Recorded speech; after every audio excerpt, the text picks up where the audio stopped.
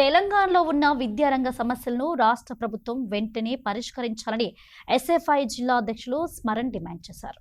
Pending లో ఉన్న విద్యారంగ సమస్యలను వెంటనే పరిష్కరించాలని డిమాండ్ చేస్తూ భూపాలపల్లి జిల్లా కేంద్రంలో ఎస్ఎఫ్ఐ నాయకులు ధర్నా నిర్వహించారు. రాష్ట్ర ప్రభుత్వం వెంటనే విద్యార్థుల సమస్యలను పరిష్కరించాలని డిమాండ్ చేశారు.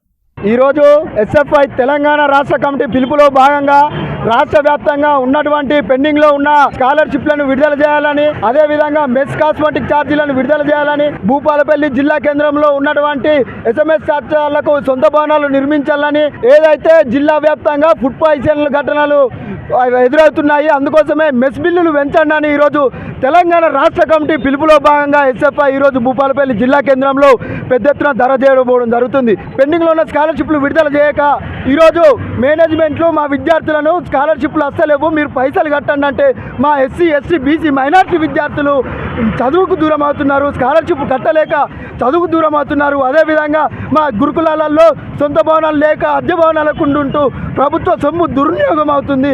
అందుకోసమే మా గురుకులాలలో కూడా సొంత భవనాలు నిర్మించాలని ఈరోజు డిమాండ్ చేస్తున్నాము. ఈ రాబోయే అసెంబ్లీ బిల్లులో విద్యారంగానికి 30% నిధులు కేటాయించేదాకా ఎస్ఎఫ్ఐ పెద్ద ఎత్తున పోరాటం చేస్తుందని డిమాండ్ చేస్తున్నాము.